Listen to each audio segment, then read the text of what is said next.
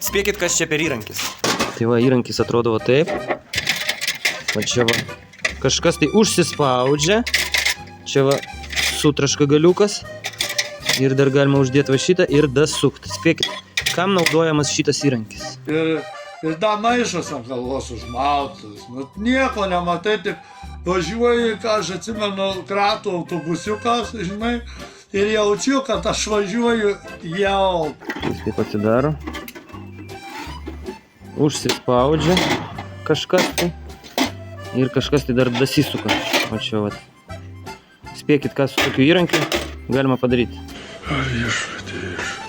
Žirgas vasnaudžia ir su tuo įrankiu galima išgauti va tokius vadu produktus. Kas čia per produktai, gal žinot? Tai tu įsivaizduok, mane taip surišo, kurva. Čia virvė, kojas taip surišo, žinai, taip supalčiojo mane, kad ten, nu pizda, jau ten niekaip būčiau neatsirišęs.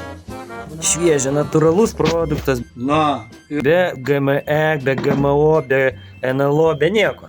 kiaušinukai iš pačio ryto.